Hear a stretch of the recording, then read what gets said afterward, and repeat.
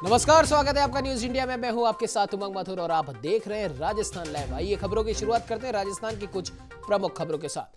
आपको बता दें कि मुख्यमंत्री अशोक गहलोत की ओर से पेश किए गए बजट पर आज विधानसभा में बहस का अंतिम दिन है।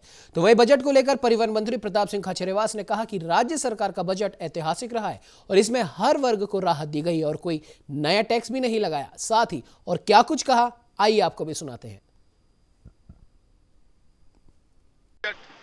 ऐतिहासिक रहा है और इतिहास में ये बजट अमर हो गया, जिसमें कोरोना संकट के बाद जनता के दर्द को, परेशानी को समझते हुए मुख्यमंत्री अशोक गहलोत ने जो बजट पेश किया उसमें 1 रुपए का भी टैक्स नहीं लगाया।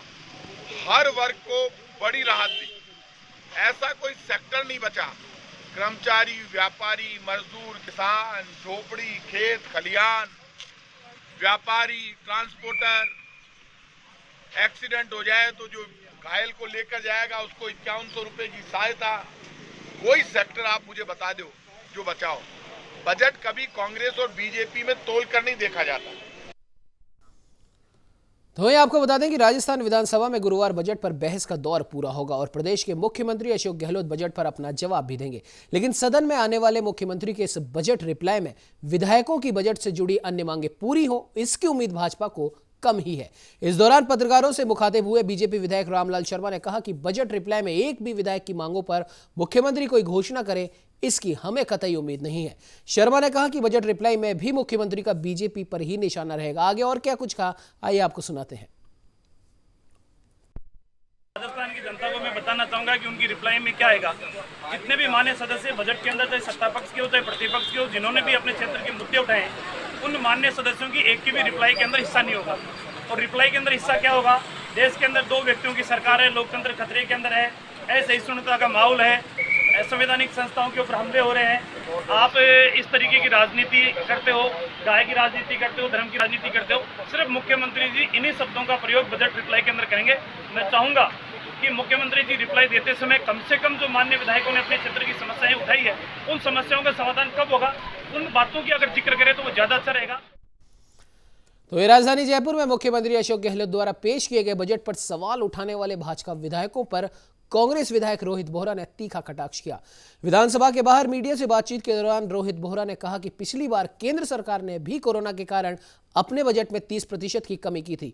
ऐसे में प्रदेश में भी इसका असर पड़ा, क्योंकि कटौती होने से राजस्थान को जीएसटी का 14,000 करोड़ रुपए अब तक नहीं मिल पाया है। और इसके अलावा बोहरा ने कहा कि जब बीजेपी शासित राज्यों के मुख्यमंत्रियों को भी दिल्ली जाकर गुहार करनी पड़ रही है, तो कांग्रेस के मुख्यमंत्रियों को केंद्र की सरकार राज्य के विकास के लिए राज्यों के हिस्से का पैसा आसानी से कैसे दे देगी।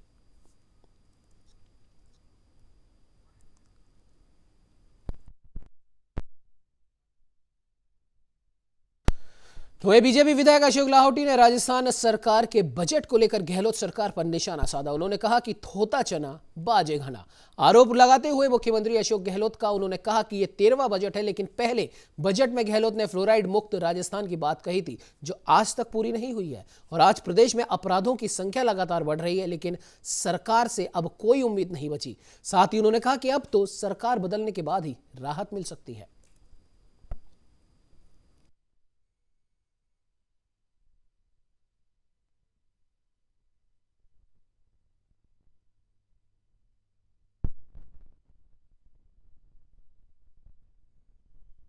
मुख्यमंत्री जी से और इस सरकार से कोई उम्मीद नहीं बची। ये इनका 13वां बजट है और मैं बता सकता हूं कि 1999 के पहले बजट की पहली घोषणा भी आज तक बाकी है। उस पहली घोषणा में था कि राजस्थान को फ्लोराइड मुक्त करेंगे। वो घोषणा आज 13वें बजट में भी बाकी है। इसलिए मुझे लगता नहीं कि राजस्थान की जनता के लिए ये सरकार और मुख्यमंत्री जी कुछ करेंगे। ये केवल थोता बजट है और राजस्थानी में कहावत है कि थोता चना बाजे घना। तो ये केवल बजट बज रहा है, बाकी बजट में कोई आनी जानी नहीं है। यदि मुख्यमंत्री जी बजट में जवाब ही देना चाहते हैं तो राजस्थान की जनता त्राही कर रही है, वेट को घटाएं। राजस्थान के जो फ्लोराइड मुक्त राजस्थान करने की बात थी, वो राजस्थान को फ्लोराइड मुक्त करने का संकल्प लें। आज राजस्थान जो अपराध की राजधानी बन गया है, उस अपराध मुक्त राजस्थान का संकल्प लें।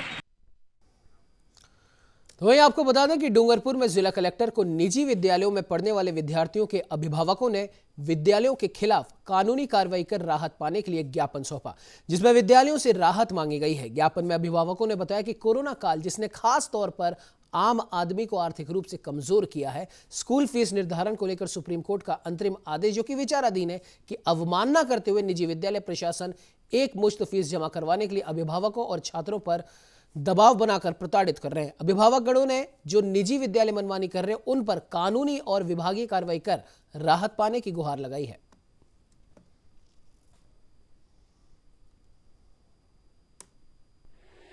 के अंदर जो फीस का जो प्रावधान था कि 2021 के अंदर फीस को नहीं बढ़ाया जाएगा, फिर भी निजी शिक्षा संस्थानों ने अपनी फीस का काफ़ी बढ़ा दी उन्होंने, और मनमानी पूर्वक टीचरों को अभिभावकों को प्रेशर कर करके फीस की दबाव डाल के SMS डाल करके और ये फीस की मांगी जाएगी। तो राजस्थान राज्य पथ परिवहन निगम ने लोगों का ट्रेडमार्क रजिस्ट्रेशन करवाया है। आपको बता दें कि वर्ष 1976 से 77 तक राजस्थान रोडवेज इस लोगो का उपयोग कर रहा है, लेकिन रजिस्ट्रेशन ना होने के चलते निजी बस संचालकों द्वारा भी इस लोगो का इस्तेमाल किया जा रहा था, जिससे रोडवेज को भी कहीं ना कहीं राजस्व की हानि हो रही थी। इस लोगो के माध्यम से निजी बस संचालक यात्रियों को भ्रमित कर निजी बसों में यात्रा करवा रहे थे, और इस ओर ध्यान देते हुए रोडवेज CMD राजेश्वर सिंह ने रोडवेज के लोगों को रजिस्टर्ड करवाया। साथ ही CMD ने बताया कि राज्य और अंतर राज्य राजमार्गों पर राजस्थान रोडवेज से मिलते जुलते कलर की बसों का अवैध रूप से संचालन होने की भी शिकायतें मिल रही है, और इसको देखते हुए रोडवेज बसों पर इस्तेमाल कलर और डिजाइन को भी पेटेंट करवाने पर विचार किया जा रहा है।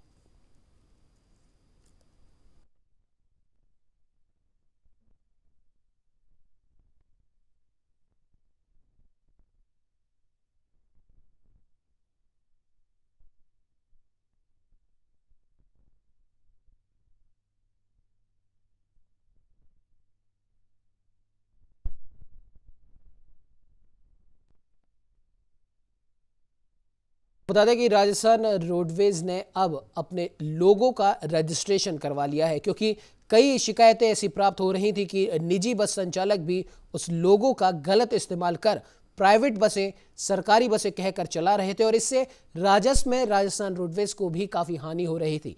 और अब इस राजस्थान रोडवेज के लोगों का रजिस्ट्रेशन करवा लिया गया है, और अब जो भी इस लोगों का बेजा इस्तेमाल करेगा उस पर कानूनी कार्रवाई के रास्ते अब खुल चुके हैं। और साथ ही साथ रोडवेज CMD ने यह भी कहा कि राजस्थान रोडवेज के जो कलर है उसका भी अब पेटेंट करवाया जाएगा, ताकि उसका भी गलत इस्तेमाल ना हो सके।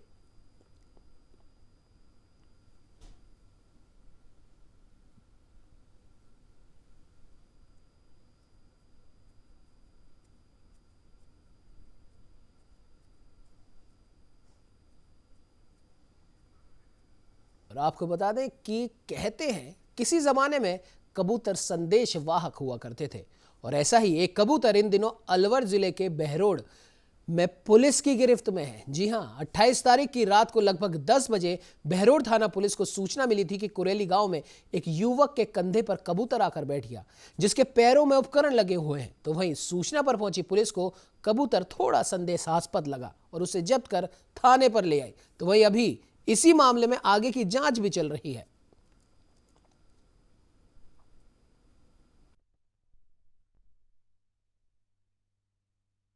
मिली थी कि एक कबूतर किसी व्यक्ति के कंधे पे आकर के कुर्ते पे आकर के बैठ गया है, और उस कबूतर के पैरों में कोई टेप नुमा की रिंग नुमा कोई चीज़ ऐसी लगी हुई है जो कोई सस्पेक्ट लगती है।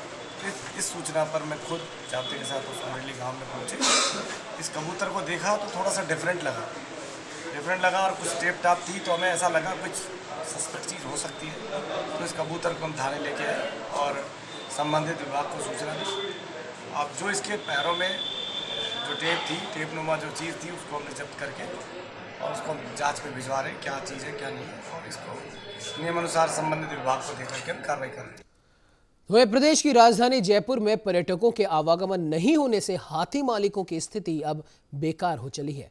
हाथी गांव विकास समिति के अध्यक्ष बल्लू खान ने बताया कि जयपुर स्थित हाथी गांव में सभी हाथी मालिकों की पर्यटन न होने से बेरोजगारी की एक समस्या उनके सामने उत्पन्न हो गई है, और कई हाथी मालिक कर्ज के बोझ के तले दबे जा रहे हैं, क्योंकि हाथियों के एक दिन के खाने का खर्चा करीब 2500 से 3000 का होता है और पर्यटकों के न आने के कारण कामकाज ठप पड़ा हुआ है। और बल्लू खान ने प्रशासन से अपील की है कि पर्यटन को ज्यादा से ज्यादा बढ़ावा दिया जाए।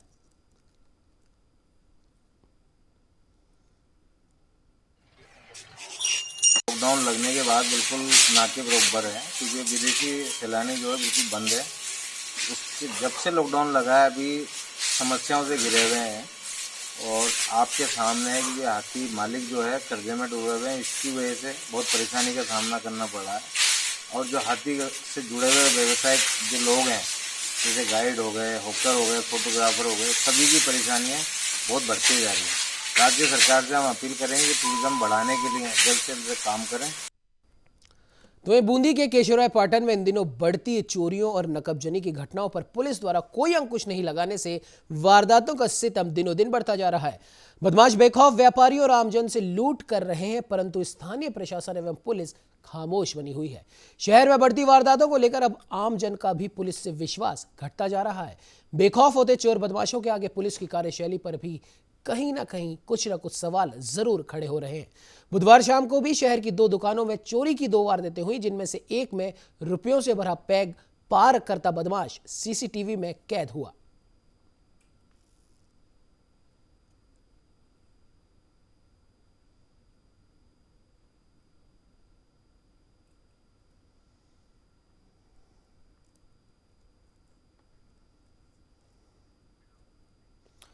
तो वहीं जोधपुर में राजीव गांधी नगर थाना पुलिस ने जानलेवा हमले के मामले में 3 आरोपियों को गिरफ्तार कर लिया है।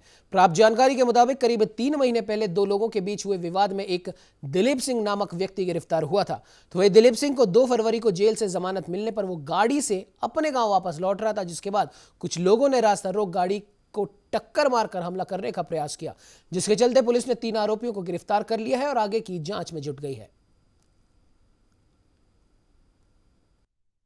जोगियासमी निवासी रतन सिंह जो परसों जेल से जमानत पर छूटा था और उसके साथ में एक साथी और था, ये अपने साथियों के साथ में जमानत होने के पश्चात जोधपुर से घर लौट रहे थे। इस दौरान केरू फाटे से पहले पेट्रोल पंप से 100 मीटर पहले की तरफ एक स्कॉर्पियो और कैंपर गाड़ी द्वारा उनको रोका गया, उनके साथ मारपीट की गई, गाड़ी में तोड़फोड़ की गई, जिसमें हमने अनुसंधान करते हुए अब तक 3 मुलजिमों को गिरफ्तार किया है। बाकी की तलाश जारी है। तो वहीं चित्तौड़गढ़ में जिला मुख्यालय पर कोरोना वैक्सीनेशन के तहत जिला प्रशासन के आला अधिकारियों सहित अन्य लोगों को वैक्सीन की दूसरी डोज लगाई गई, जिसमें जिला कलेक्टर सहित कई प्रशासनिक अधिकारियों ने सांवलिया जी चिकित्सालय के GNM ट्रेनिंग सेंटर में पहुंचकर ये डोज लगवाई। इस अवसर पर जिला कलेक्टर के शर्मा ने बताया कि आज उन्होंने टीकाकरण की दूसरी खुराक लगवाई है। साथ ही उन्होंने कहा कि टीकाकरण होने के बाद भी कोरोना से बचाव बेहद जरूरी है।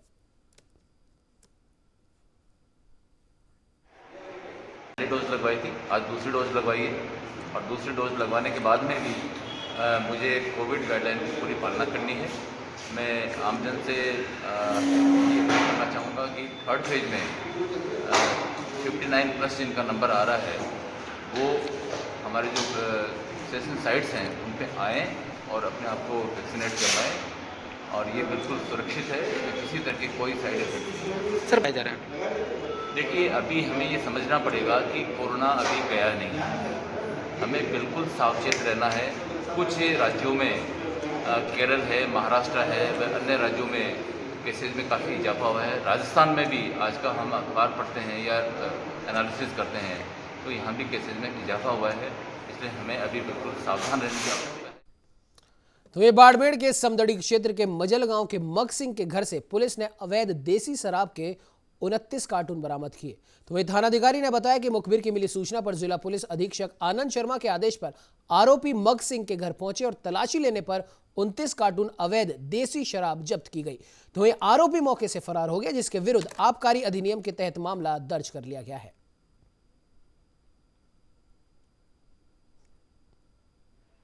जरिए मुखबिर इतला मिली कि मग सिंह भैरू सिंह राजपूत निवासी मजल जो अपने घर पर केबिन में अवैध शराब बेचता है और आज उसने काफ़ी शराब लाया जो जगह जगह पर देने जाएगा। मुखबिर की इतला विश्वसनीय होने से नियमानुसार सुभान अली ASI नए जाब्ता मौके पर पहुंचा, मग सिंह को बुलाया लेकिन वो अपने घर से फरार हो गया उसके घर के पिछवाड़े में बने कमरे की तलाशी ली, जहाँ पर गाड़ी के टायर के निशान थे। तलाशी ली तो उसके 29 कार्टून करीब 14,000 रुपये की अवैध शराब बरामद हुई। उस पर मुकदमा दर्ज कर उस मकसिंह की बताशी जारी है। तो वहीं भरतपुर में गुरुवार को कोविड-19 टीकाकरण और स्वच्छता जागरूकता को लेकर एक साइकिल रैली निकाली गई। इस साइकिल रैली को जिला कलेक्टर नथमल डिडेल ने नगर निगम परिसर से हरी झंडी दिखाकर रवाना किया। जिला कलेक्टर नथमल डिडेल ने रैली के अवसर पर कहा कि रैली का उद्देश्य जिले में कोरोना वैक्सीनेशन के विषय पर आम जन में जागरूकता पैदा करना है। टीकाकरण के इस चरण में 60 वर्ष से ऊपर के समस्त नागरिक आवश्यक रूप से टीकाकरण करवाएं तथा 45 वर्ष से अधिक के नागरिक जो गंभीर बीमारियों से जो ग्रसित हैं वे भी टीकाकरण करवाएं। टीके के कोई साइड इफेक्ट नहीं है तथा कोरोना के विरुद्ध ये सुरक्षा कवच का काम करेगा। ये टीका कोरोना के नए स्ट्रेन में भी कारगर सिद्ध हुआ है।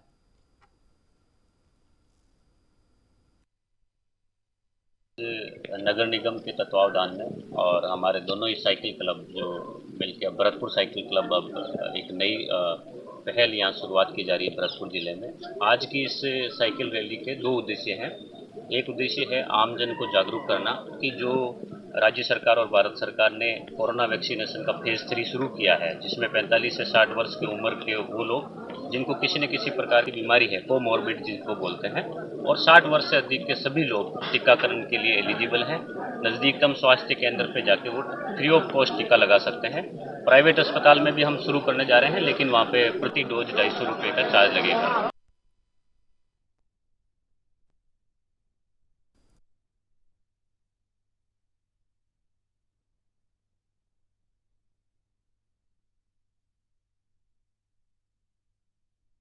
खबरों में आगे बढ़ेंगे, लेकिन आइए उससे पहले नजर डालते हैं इस वक्त की बड़ी खबर श्रीगंगानगर के रायसिंह नगर से। पंचायत समिति के सहायक प्रशासनिक अधिकारी ने की आत्महत्या। जहरीले पदार्थ का सेवन कर की आत्महत्या। आपको बता दें कि सहायक प्रशासनिक अधिकारी महेंद्र खोसा ने किया सुसाइड। आत्महत्या के कारणों का फिलहाल नहीं चल पाया है पता। बड़ी खबर आ रही है श्रीगंगानगर के रायसिंह नगर से, जहां पंचायत समिति के सहायक प्रशासनिक अधिकारी के आत्महत्या का मामला सामने आया है। जहरीला पदार्थ का सेवन कर उन्होंने की आत्महत्या। सहायक प्रशासनिक अधिकारी महेंद्र खोसा ने किया सुसाइड। आत्महत्या के कारणों का फिलहाल नहीं चल पाया है पता।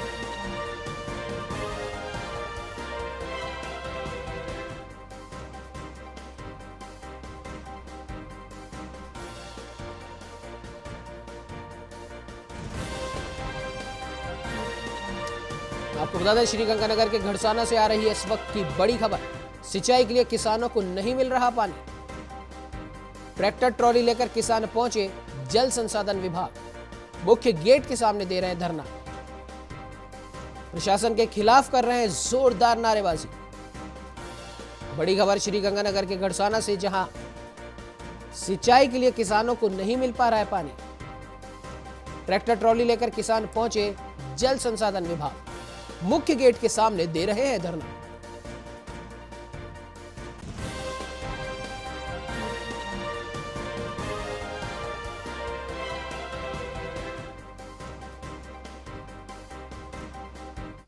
चलिए अब रुक कर लेते हैं खबरों की ओर, जहां श्रीगंगानगर के सूरतगढ़ में विद्युत विभाग की मनमानी सामने आ रही है, जहां तरह तरह के चार्ज लगाकर उपभोक्ताओं को लूटने का काम किया जा रहा है। तो वहीं दूसरी तरफ विभाग के ही अधिकारियों से लेकर लाइनमैन तक अपने ही क्वार्टर में बिजली जलाकर बिल नहीं भरकर निगम को चूना लगा रहे हैं। कोरोना काल में उपभोक्ता को राहत देने की बजाय उपभोक्ताओं के लगभग 300 कनेक्शन काटे गए, लेकिन विद्युत विभाग के अधिकारी व कर्मचारी का एक का भी कनेक्शन नहीं काटा गया। एईएन और एक्सईएन सूरतगढ़ द्वारा विद्युत विभाग Suratgarh address C type quarter Suratgarh account number 2303/0278 bill number दूसरा का दिसंबर 2020 में 70,898 का बकाया चल रहा था, लेकिन उच्च अधिकारियों को गुमराह करने के लिए 19 जनवरी 2019 को 1,203 रुपए और 31 जनवरी 2020 को 2,000 ही जमा किए गए, जिसे लेकर विद्युत विभाग के अधिकारियों का जनता के प्रति दोगला रवैया सामने आ रहा है। बकाया चल रहे अपने क्वार्टरों के, इस एईएन और एक्सईएन के लंबे समय से विद्युत बिल बकाया चल रहे अपने क्वार्टरों के। इस संबंध में मैंने जानकारी प्राप्त करके मैंने इनके जो डिटेल निकाली ऑनलाइन, उसमें पता चला भी एईएन के तो 70,000 करीब बाकी हैं कई वर्षों से, और इसी तरह एक्शन के 52,000 बाकी चल रहे थे।